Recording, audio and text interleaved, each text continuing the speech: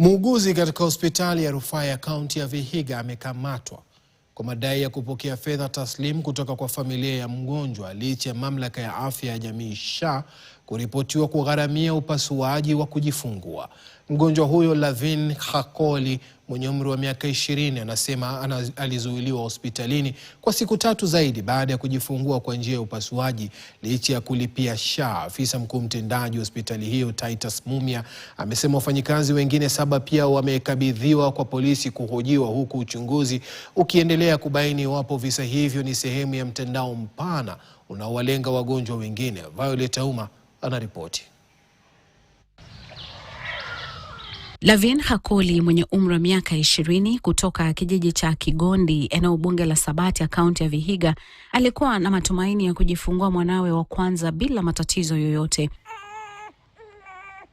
Alifika katika hospitali ya rufaa ya kaunti ya Vihiga saa 3:30 usiku Mei 6 akiwa tayari na uchungu wa kujifungua.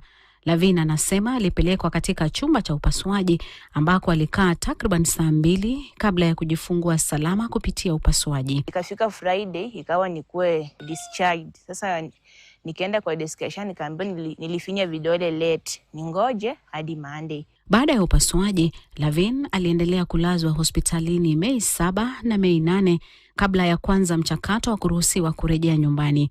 Anasema amekuwa akilipia bima ya SHA na alitarajia kuwa itagharamia ada ya kujifungua, lakini baada ya kuruhusiwa kuondoka hospitalini aliambiwa asubiri hadi Jumatatu.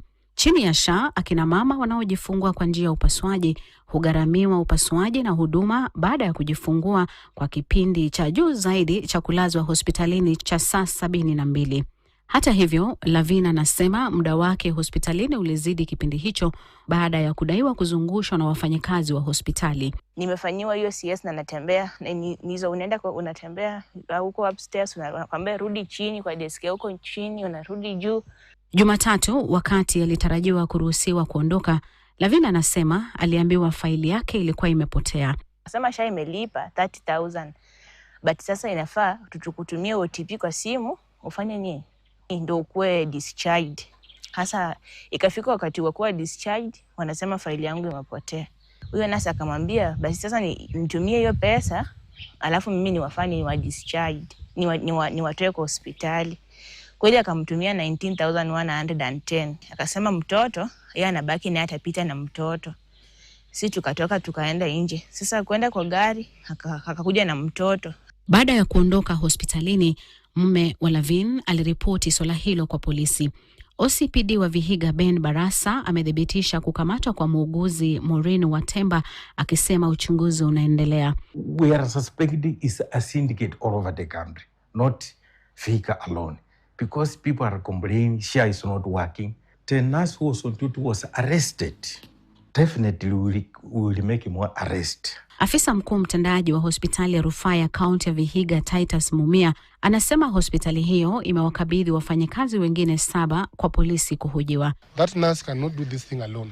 It must be a conduit because there is each and every person this part they play.